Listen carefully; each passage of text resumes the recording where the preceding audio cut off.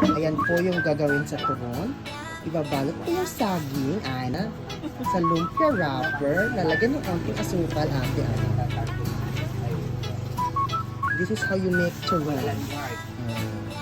And then you're gonna roll like that. And tapos ipiprito niya na yan mamaya. Ayan, ipiprito na po niya yung turon. Ayan. Ang galing. That is a local Filipino dessert, snack called Turon by Nanay. Ano pangalan niyo, Nay? Suping, sir. Nay Suping.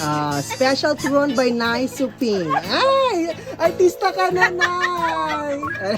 Ito na po ang kanilang finished product from the Langayan Este. Si Nanay Suping. O, diba? Yan na nga po. Kakainin na po natin ang turon.